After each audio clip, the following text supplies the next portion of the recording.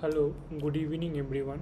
Welcome to the PMRF NPTEL session for the course Signals and Systems. I am Shouharda Ghosh, a second year PhD student in the Department of Electrical Engineering at IIT Gandhinagar. So, this is Signals and Systems, and we are in the final week at the end of the course. So, in advance, wishing you all the best for the final exams. Okay, this is week 12 and we shall be quickly jotting down the list of topics that have been covered in this week. And let me mention as a fact, we'll have another extra revision session tomorrow, that is Tuesday. It's 15th, so tomorrow's 16th April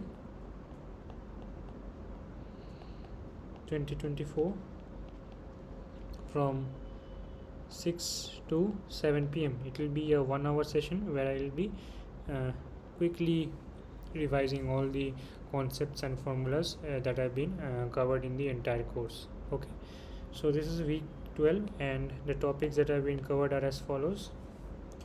So first of all, DTFT in complex frequency domain was covered, followed by the last topic or last chapter of this course, that is Z transform. And then we had an let me do full screen. Yeah, we had a discussion on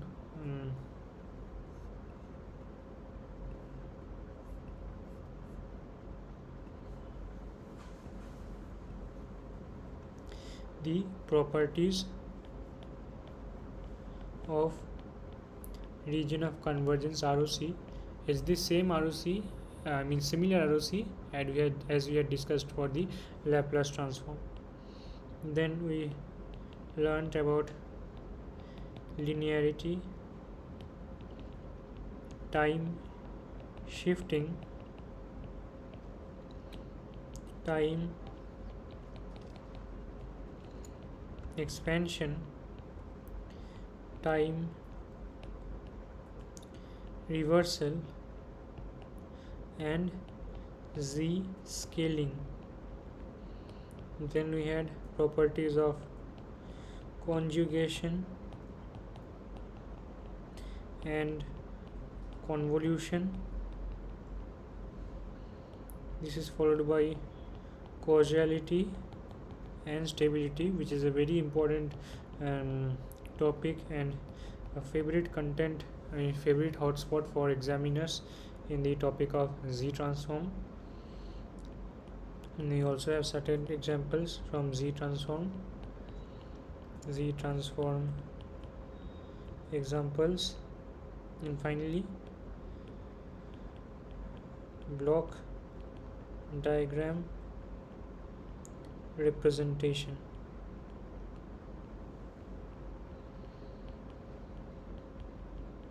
Alright, so these are the topics that have been covered in the last module of this course, and we are then complete over with this course. So I shall be quickly solving a few questions, and that will be the end of the session. So the first question, okay, so before that, okay, so through the questions I'll be explaining all the concepts. So question number 1, for the given ROC, identify the type of system. Okay, and the ROC that is given to us is as follows.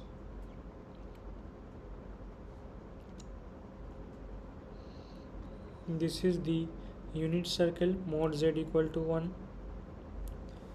and then we have another circle of radius r, where r equals 1.5, and the ROC is the shaded region.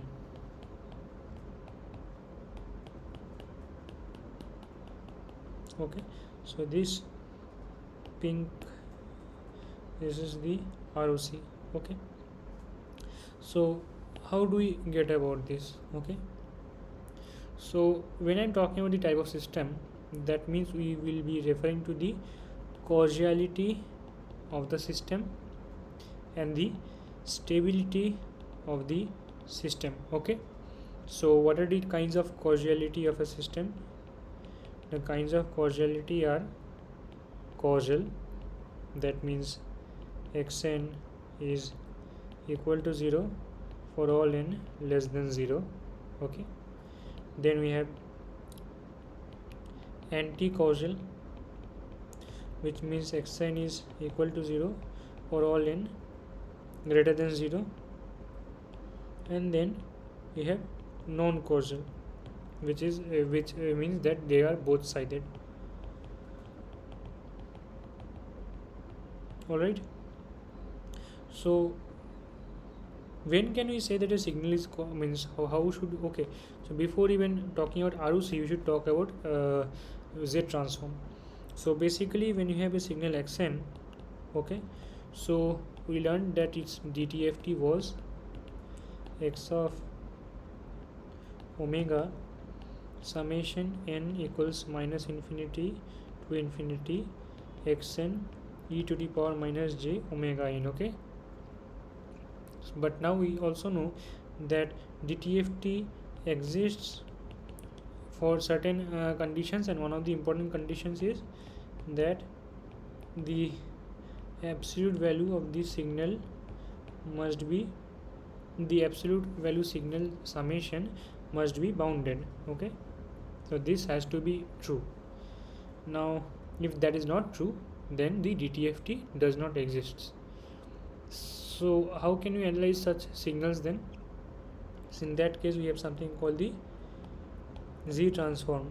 So just as we had the continuous time Fourier transform CTFT, and for signals which did not satisfy the absolutely integrable property, we had the Laplace transform, which was a generalization of those signals which could not be which could be used as a framework for analyzing signals and systems. Similarly, for discrete time signals as well as systems, we use Z transform as a more generic framework for analyzing the causality and stability of signals or systems. So for Z transform, we have x of z is summation n equals to minus infinity to infinity x of n z to the power minus n. Now note that along with x of z, for any given signal we have something called the region of convergence, ROC, which means the set of valid z for which xz holds, or for the set of z for which the region of the z plane, that is the a complex argand plane, which involves the real part of z and the imaginary part of z.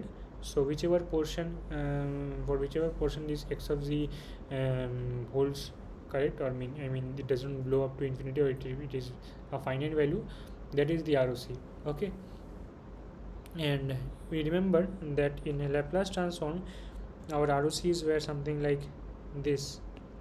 They were straight lines, isn't it? So it might have been something like this, or something like this, or even something like this. This was true for Laplace transform. Now what happens in the case of Z transform? In the Z transform we don't have such planar strips. We have something called annular circles. So you may have something like this. You also may have something like a strip, okay, because as we shall see later, the terms of the ROC, comes out in terms of modulus of z, and when you have modulus of z, it translates to circles or circular regions.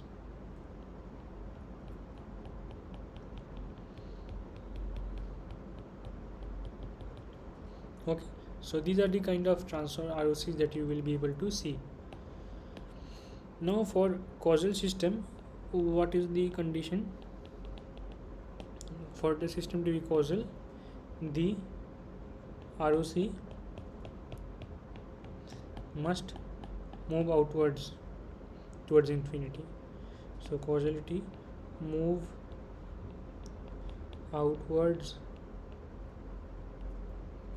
or move outwards radially towards infinity. This is for the causal case. Then when we have the anti-causal case, we have exactly opposite, which means it moves inward radially and encloses the origin. Okay, alright, so causally means you move outwards radially, anti-causal means that you move inwards radially, and non-causal is something in between, so you will expect something called the annular strip. How will it look like? It will look something like this. It will look like a donut or disc or whatever, strip, whatever you say.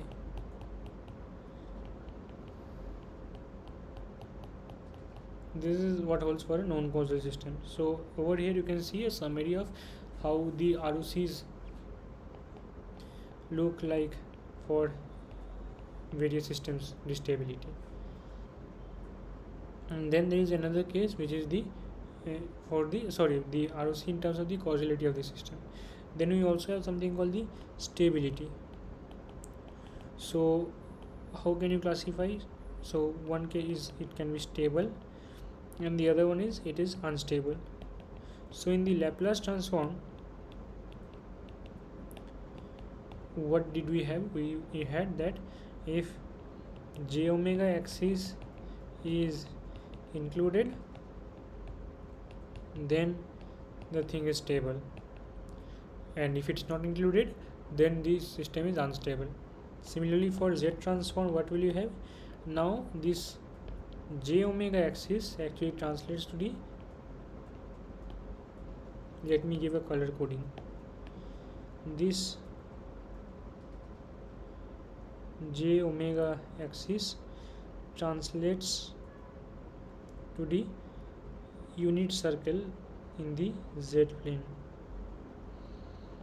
J omega or sigma equal to 0 boils down to mod z equal to 1. Okay, now once we have this Z transform, what does it do? It causes the mod z equal to 1 or unit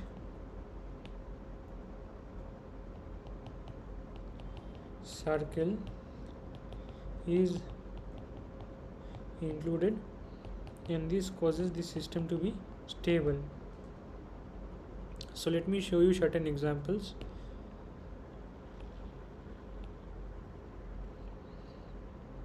So this is the unit circle, and your ROC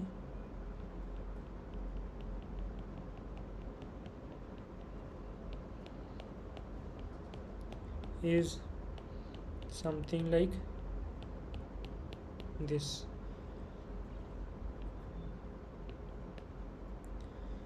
This should have been mentioned, mod z equal to 1. Then you have another case where this is the unit circle and the ROC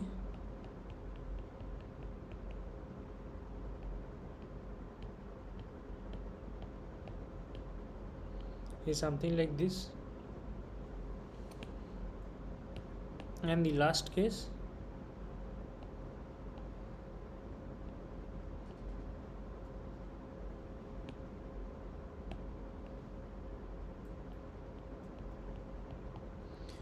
where you have an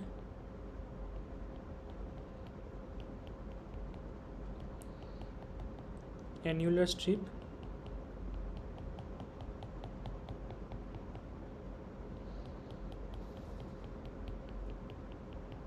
over here. So how do I classify these kind of systems? So this one moves outwards radially, so this is causal, and this one includes the z equal to 1 circle inside the ROC, so it is stable. Now let's look at this. This one is moving inwards, okay, this one is moving inwards, so this is anti-causal, so it is enclosing the origin as well, so it's anti-causal, and it's also including the z equal to 1 circle, so it's stable. This case also, this is kind of a circular strip or an annular ring, so you see this has to be non-causal because it's an annular strip. It neither, you can't say that it completely encloses or moves radially outward or inward, okay, it's neither of them, so it's non-causal, and because it includes the z equal to 1 mod z equal to 1 unit circle, so that's why it is stable. So all these three cases represent stable systems, irrespective of the causality. Okay, so you can think of the other cases where system can be causal but unstable, anti-causal but unstable, and non-causal but unstable. Okay, and you can write conditions for that mathematically as well. So we shall be dealing with these only. So let's look at two questions. So there was question 1. So see, the R over here was on 1.5, right? So it is moving outwards, but it is not including the z equal to 1. Z equal to 1 is over here, but ROC does not include this. So what will happen? This is because it's moving outward, it's causal, and because it does not include the mod z equal to 1, it is unstable. So it is causal and unstable system. Okay, next question number 2.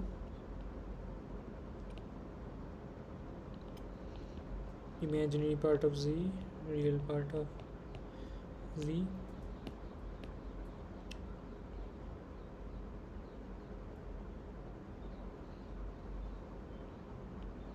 Okay,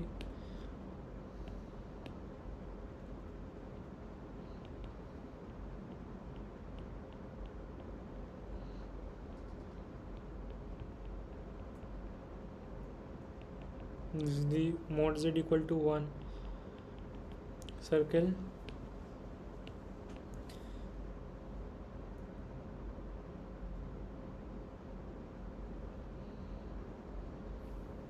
This is another pole.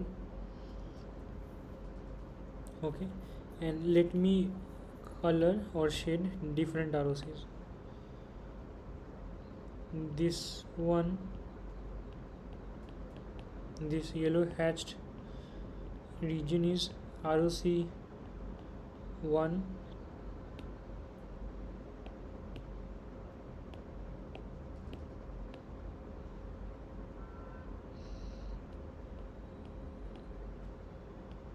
then this is the pink hashed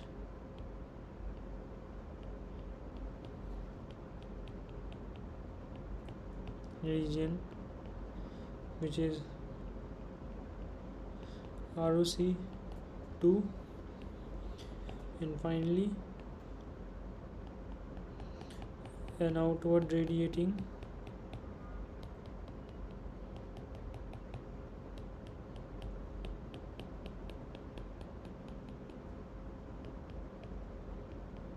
this is ROC 3. Now for this is a system whose poles have been given. Okay, the poles are shown over here, the green one and the blue one. Given these poles, so we have 3 possible ROCs. So you can also generalize that when you have n poles, you will have n plus 1 possible ROCs. So if say somebody gives you a Z transform like this, sub z minus a, z minus b, z minus c, and then they will ask you how many possible ROCs are there. So you can see there are three possible poles. Three poles are there, 1 2 3. Corresponding to each pole I will have three circles, right? And because of these three circles I'll correspondingly have 1 2 3 4 ROCs. So you may get questions like these as well, so just for your convenience I am saying this property. Now let's move back to the ROC problem. So you see over here I have three ROCs. Now we have to classify each ROC based on its causality and stability. So 1, you see it's ROC 1 is moving inwards, so what will it be? Anti-causal. And does it include the mod z equal to 1 or the unit circle? Absolutely not. So it will be unstable. Let's look at part 2.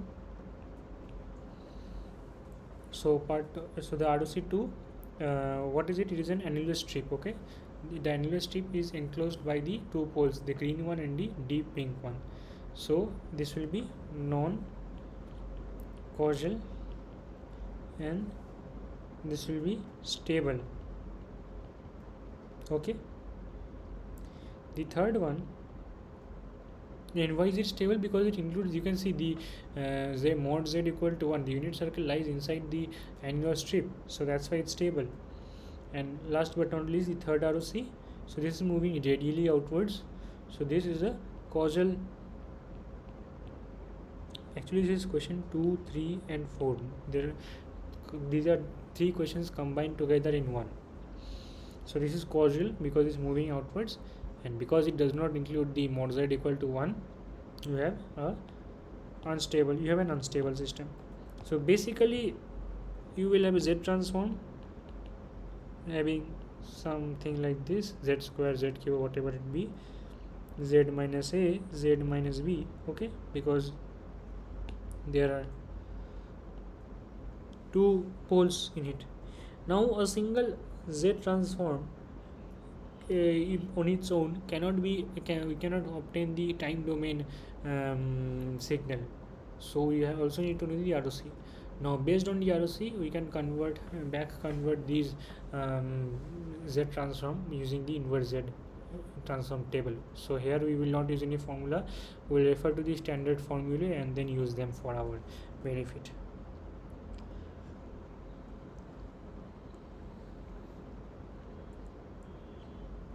Let's look at another question.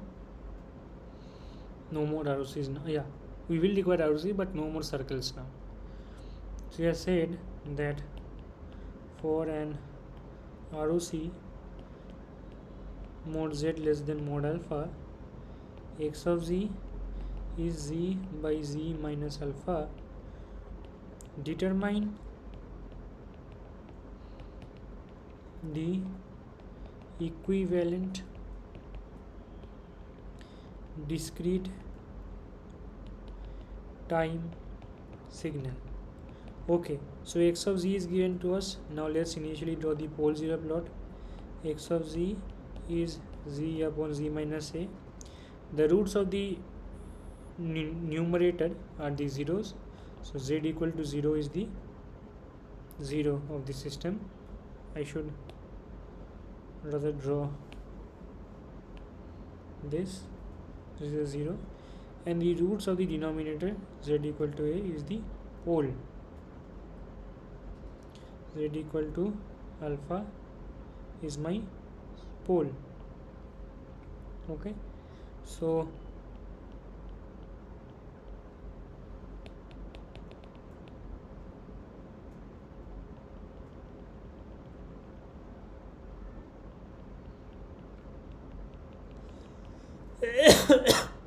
so how many ROCs are possible?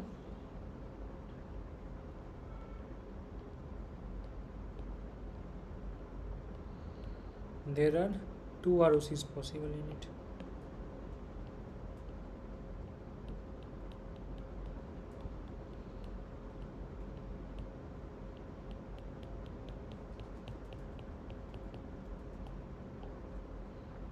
this one is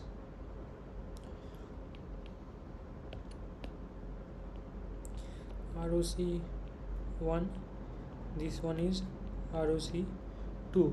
Alright, so what have we been told? ROC1 we can write it as mod z less than mod alpha, and ROC2 can be written as mod z greater than modulus alpha. Fine. So what you can see over here is that we have been told that the ROC is the first one, mod z less than alpha. So what kind of a signal is it supposed to be? We are not told about the magnitude of alpha, so we can't comment whether the signal or the system is stable or unstable, but we can obviously say that because this is an inward moving ROC, this will be an anti-causal system. Okay, anti-causal signal,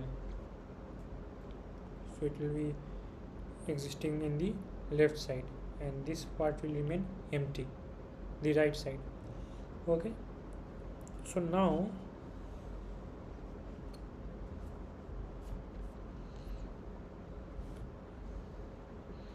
let's look at how do we find the Z transform.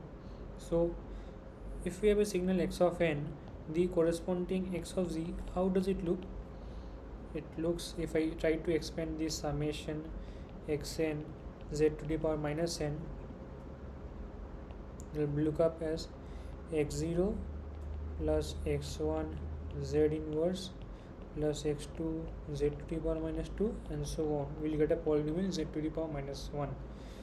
And if you write it the other side, if you write the other negative indices, x minus 1 z1 plus x minus 2 z2 and so on, you will get polynomials in the using the terms of z. Okay,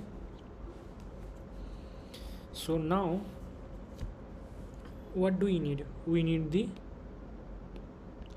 anti-causal part, and anti-causal means we will be taking this thing. We want this kind of a polynomial where things will be of the form a0 plus a1z plus a2z square and so on, isn't it?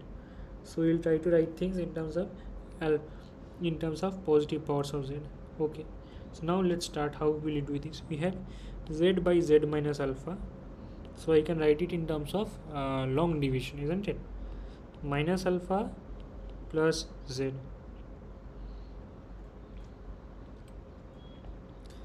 Now I divide z by minus alpha plus z. So what will be the quotient? I have to get z over here. The quotient shall be minus 1 alpha times z, because minus alpha times minus 1 upon alpha gives me 1 times z. So I will get z minus z square upon alpha minus plus gives me z square upon alpha. What will I write now? Minus z square by alpha square. Okay, because alpha by into 1 upon alpha square gives z square upon alpha, z square upon alpha minus, and this one will be what? This one will be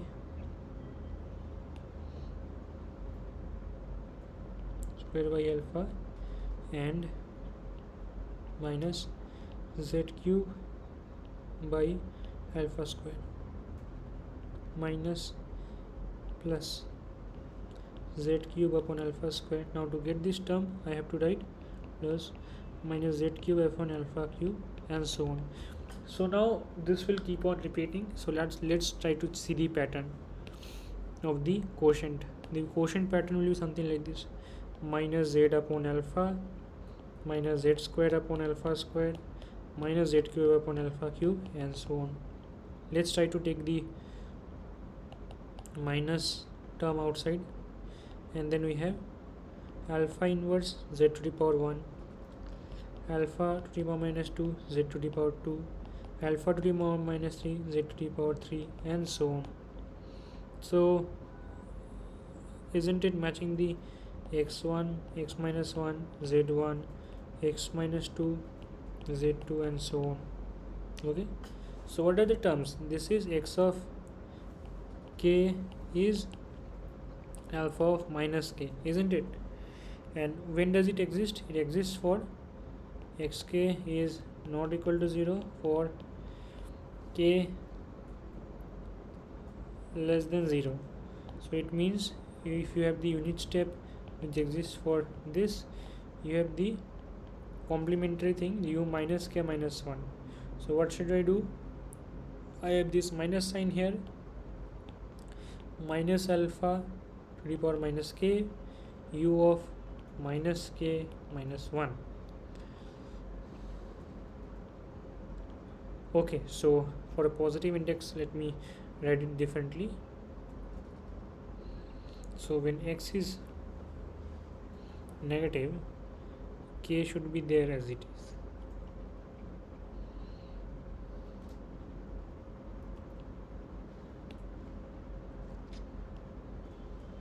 X of n is minus alpha to the power n u of minus n minus 1.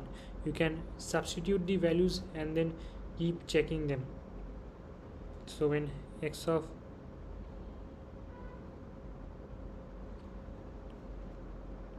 minus 1 is minus alpha inverse u0, that's minus 1 upon alpha.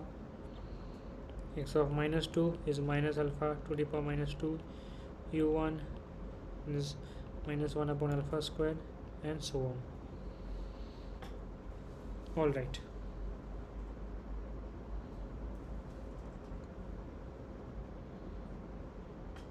Okay, so I hope this one is clear to all.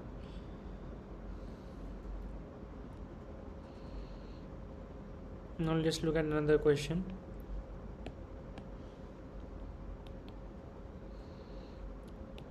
If xn is 1 by 2n u of n minus 4, determine its z transform. Alright, so let's learn the z transform for the general exponential signal. So the general exponential sequence is a to the power n un, which we had learnt in our DTFT classes. So x of z is summation n equals to minus infinity to infinity xn z to the power minus n. Considering this un indices of interest, a to the power n z to the power minus n equals to 0 to infinity, a is in inverse whole to the power n. Now if I break it up, 1 plus a z inverse plus a z inverse whole square, and so on. This is an infinite GP series provided a z inverse is less than 1, and this means that the ROC mod z is greater than mod a. So ROC will be something like this, indicating that this is obviously a causal signal. The ROC, the AZ transform will be something like this. So e to the power n un minus 1 minus a z inverse mod z greater than mod a. Alright, so and another property is if you have x of n minus n naught, I give this to you as a homework, its z transform is z to the power n naught x of z, where n naught is an integer. Okay, so now let's look at this xn. Xn is 1 by 2 to the power n un x0. I take this sequence and I shall proceed one by one. So what is its transform? It will be 1 by 1 minus half z inverse. Alright, now let's shift this by 4. x1 of n is x0 of n minus 4, and that's 1 by 2 n minus 4 u of n minus 4. Using the property that I just mentioned, it should be z to the power minus 4 times 1 by 1 minus 2 z to the power minus 1. right? And now I have the original signal xn, which is 2 to the power 4. No, it should be 1 by 2 to the power 4 x1 of n, which is 1 by 2 to the power n u of n minus 4. So that's simply multiplication of half to the power 1 by 2 to the power 4. Its z transform is x of z is 1 by 2 to the power 4 x1 of z, 1 by 2 to the power 4 z to the power minus 4 times 1 by 1 minus half z inverse. Taking that inside, z inverse by 2 whole to the power 4 times 1 by 1 minus half z inverse. So the answer is z inverse by 2 whole to the power 4 1 by 1 minus half z inverse. Alright, so this is the correct answer. Let's move to the final question for today.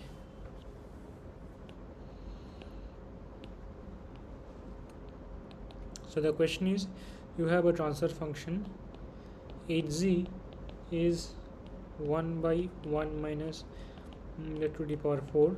Okay, so you have to find the time domain, or something called the LCCDE equation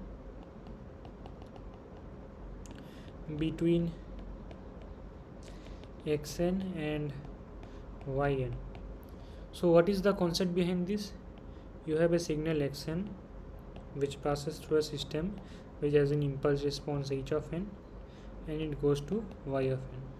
So you can write yn equals to xn convolved with hn. In the z domain, what happens is that your yz becomes xz multiplied with hz. Okay, so now what can you write as what hz? Hz is the ratio of z transform of y divided by z transform of x. So yz upon xz is 1 by 1 minus z inverse to the power 4. So I interchange and multiply yz by 1 by 1 minus z inverse 4 and keep xz over here. See, y is over here, minus 1 upon 4 z inverse of yz to xz. Now I take z transform of inverse z transform of each of these terms. Yz becomes yn, 1 by 4 z inverse yz becomes 1 by 4 yn minus 1. This becomes xn.